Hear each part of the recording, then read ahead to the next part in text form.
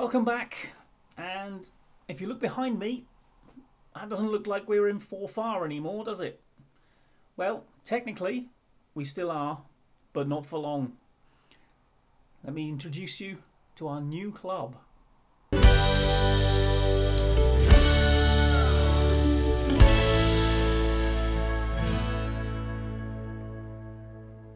Right then, as you can see, I am still technically at 4-far Athletic. It's the eve of a new season. We've got our friendly that we have against St Johnstone tomorrow, and the League Cup draw has been done. We've got Kelty Hearts, Bucky Thistle, Dunfermline Athletic and Heart of Midlothian.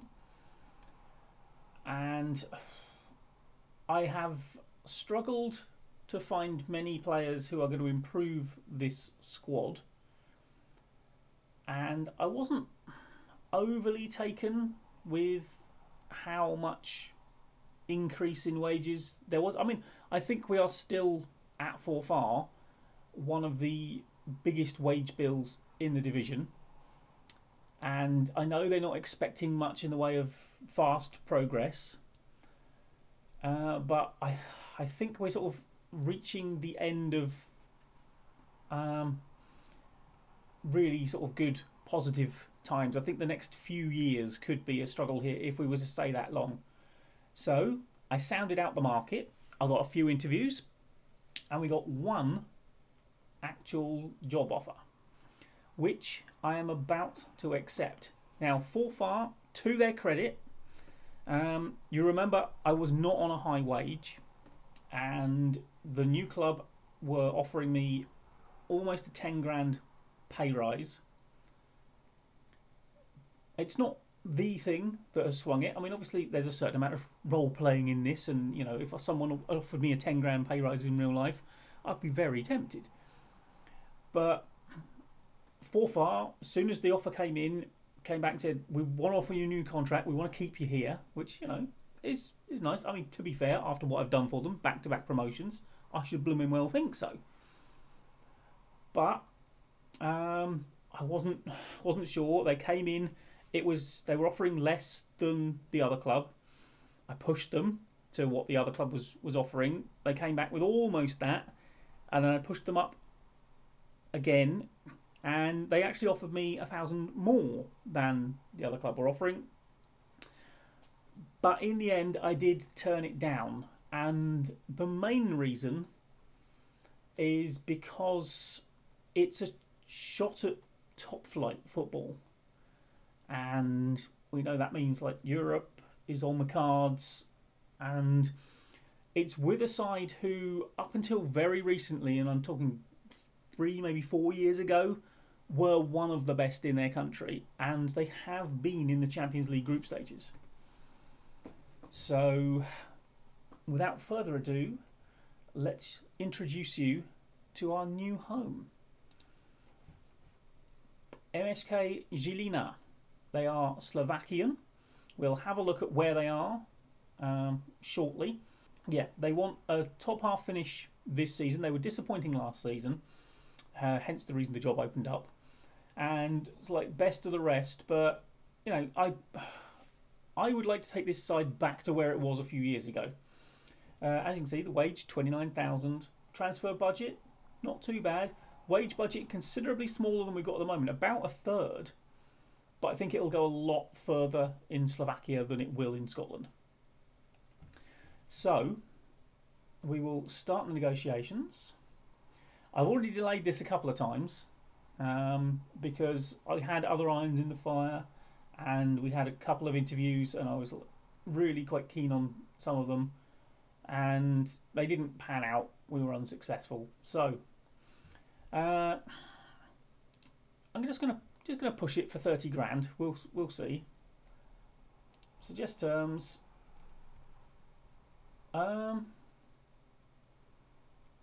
Okay. Is it me, or have they just kind of offered me? I mean, I'm not expecting to get relegated, so I'm not bothered by the wage drop on the relegation. And now they've offered me 2 years, which is more security and the money I was asking for. Yeah, I'm going to finalise that deal. Not a bad bit of negotiations. I only asked for an extra grand. They gave me that and another year. I mean, yeah, we got the relegation wage drop, but get the feeling if we got relegated, I'd get sacked anyway. Not a problem. So, our time at Forfar is officially at an end. Here we are then, a move which is sure to spark plenty of heated debate. Blindman Jones has left Forfar Athletic to join Žilina. They've got 7 Slovakian titles, and bear in mind that that's only really been a thing since about 93, when Czechoslovakia broke up. One Slovnaft Cup. Oh, you've got to love a cup named the Slovnaft, haven't you? This, presumably, yeah, that's the Super Cup. Nobody really cares about them. People who claim them as actual genuine trophies haven't got enough other trophies. Media prediction is 6th, so we are mid-table. We have literally no fierce rivals. Let's see if we can create some on the pitch then, shall we?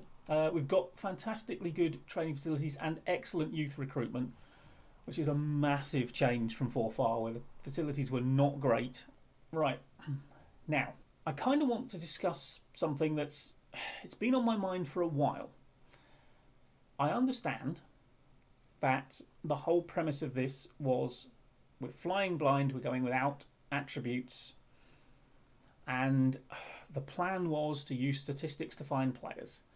Now, because of the level I've started at, we've never been able to use the statistics to find players because it's been much, much easier to have a look at the free agents and see which ones of those can improve the side.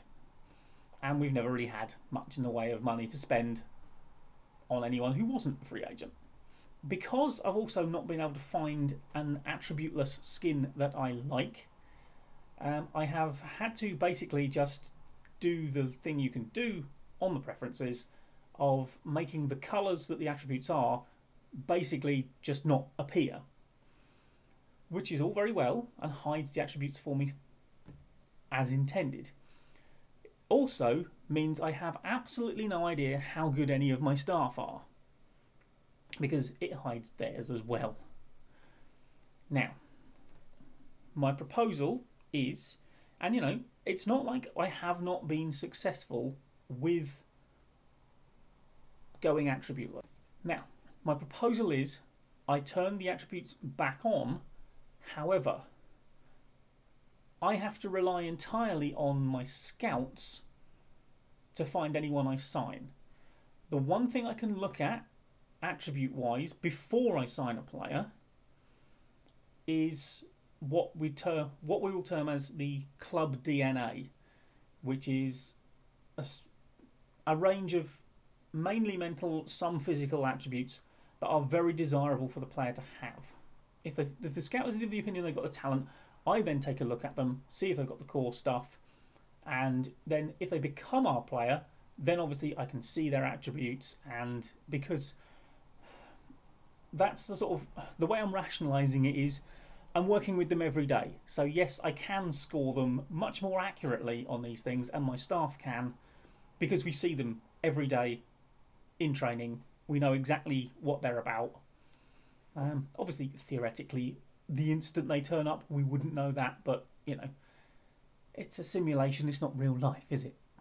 So that's my plan, and for this episode I am going to switch the attributes back on so that I can look at the squad.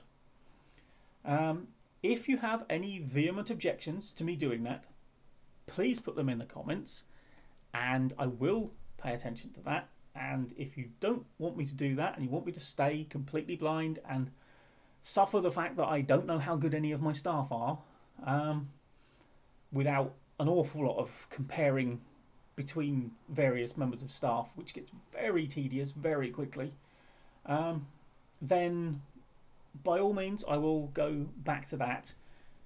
I might have to adjust the titles a little, possibly, and say, you know, sort of flying almost blind or something, or just leave it called flying blind and change the description. I don't know, not entirely sure, but yeah, I think it's been interesting, and I have found different ways. I'm probably going to keep using those ways of using the comparison screens that are available in the game, whether you can see the attributes or not, and just have a look and see, do they look like the sort of player? Have they got the strengths in the sort of places I want them to? And I'm not going to go into all the depth that I occasionally get bogged down in off camera with the attributes, the exact attributes I want, and are they good at this? Are they good at that? How does their score come out on the many systems I've come up with for doing this stuff? So that's the plan anyway. So hopefully you're on board with that. If you're not, by all means, like I say, tell me. I will pay attention if there are overwhelmingly negative reactions to doing that and turning the attributes back on. But I have tried it for a bit. I have been successful. Probably not as a result of any great insight that I've managed to discover through other things, and certainly not by the stats. It's entirely down to just finding the best free agents I could possibly find. Although, to be fair, the way I managed to get so many free agents in is something I have actually literally discovered myself. No one has ever told me that, and I discovered that you could get so many in and just bung them in the reserves and you're away. Anyway, enough of that. We will go on to have a quick look at the squad, and then we might, if we've got time, have a little look and see where Jelena is in terms of geography, and yeah, just have a quick look at the surrounding area. Okay, well, here is the squad. Encouragingly, we do seem to be able to sign foreign players, which again was a bit of a mystery in Scotland. I know there were work permits involved, but no one we were going to sign was going to be good enough to get a work permit. So I was kind of limited to UK and Ireland. Now, none of these wages look particularly high. We had lots of people at 4-5 earning a lot more than that. Let's have a look, see where the most talented players are. We've got a couple of really potentially good youngsters. Defensive midfielder who looks like he's half decent, hopefully. A couple of central midfielders. The side's sort of filling out quite nicely. Hopefully he would be a decent left back. I mean, defensively seems to be the weakness. Yeah, I think defence is definitely where we need some work, but there is talent elsewhere, which is good. Now, the other thing we need to have a look at is wages, and is anyone really on too much money? No, I would say we aren't overspending particularly on anyone's wage, so that's fine. I don't have to worry about trying to get rid of anyone on that basis. Okay, now I just want to have a quick look at the finances. Yeah, that did worry me. Okay, we've got the transfer budget, as you can see. We've got the wage budget, but we are overspending by about 120,000. Okay, there is not much in the way of actual talent in here, and there's not a huge amount of potential. Joseph Rusnak in the B team is the only one with any real potential. The B team do play in the second division, so they are going to get game time at a decent level. Now, what about the under-19s? The under-19s seem to have some amazing potential, and oh my word, what are you doing in the under-19s? Hello. Bonsoir. I think New might be pushed up to potentially first team. Simon van Truber. Yes. Right. Oh, we have got a few players here, and again, mainly attacking sort of players, but we got some really good potential. It did say we had an excellent youth setup, didn't it? So what I'm thinking is, yeah, I don't know if we're going to be able to trim this wage bill too much on this front at the moment. I think the wages might well have to come out of here, which is a shame, because like I say, we have not got much in the way of people who are being overpaid. I think it might have to be a case of trying to find places where we're slightly overstocked and filling gaps that are left if I get rid of some people with some of those excellent youth talents that we've got, which will be very good for them as far as development is concerned, because they'll get some game time at a decent level.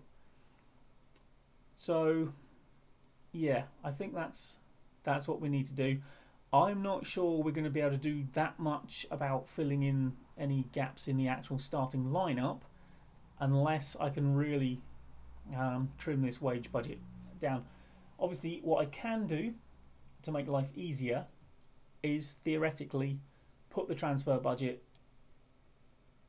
almost exclusively into the wages. I'm not going to do it at the moment, but we can clear that deficit with the transfer budget.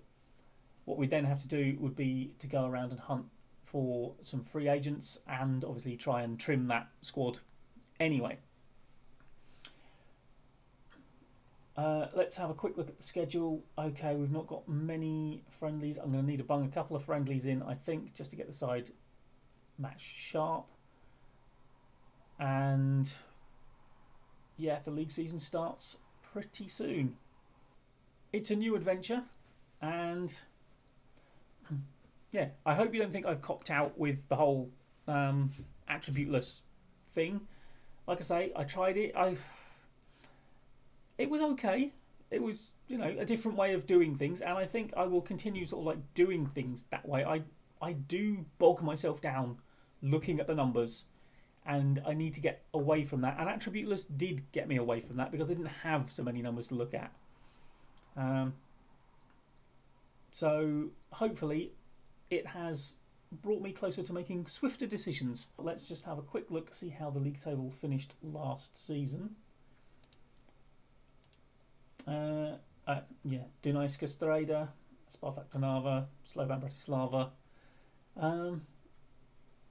Yeah, but yeah, it wouldn't take a huge amount of improvement, I don't think, to get into that sort of like top 6 bit. So, but it's a bit of a rebuild job, and I'm quite excited about it, to be honest. Right, what we're going to do now, as promised, is take a quick look at the map and see where in the world, quite literally, we've ended up. Okay, well, here is Slovakia. It's about as dead centre of Europe as you can get, really. I mean, if you include sort of like, obviously going all this way over to the eastern borders of the likes of Ukraine and north-south. I mean, Slovakia is pretty central.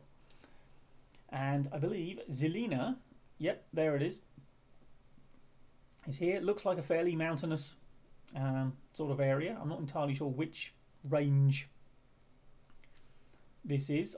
Actually, it's probably the northwest end of the Carpathians by the looks of things, because I know that's the Carpathians going through Romania. So yeah, it's probably northwest of the Carpathians, and it's not that far away from the border of Czechia or the Czech Republic, and indeed Poland.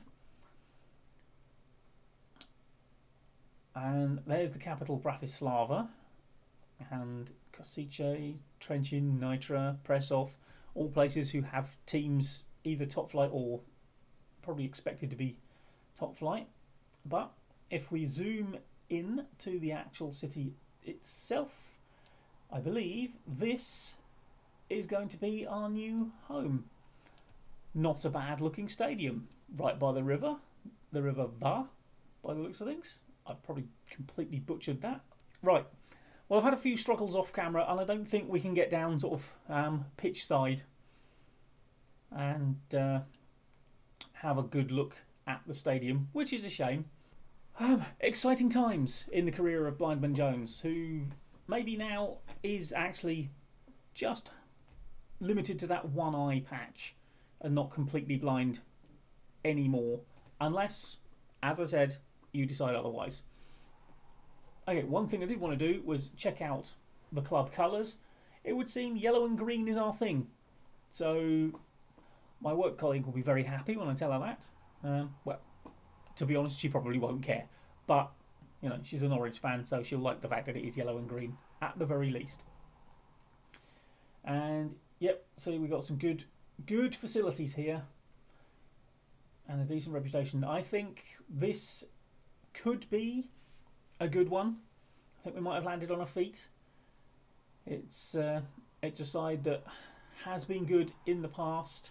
Let's have a look at their history. Yeah, you can see here these title wins they've had as recently as 16-17, and it has been a bit of a ski slope since then, really. So all we want to do is turn that from a ski slope into a ski jump and go back up, and then hopefully not just fly through the air and crash horribly.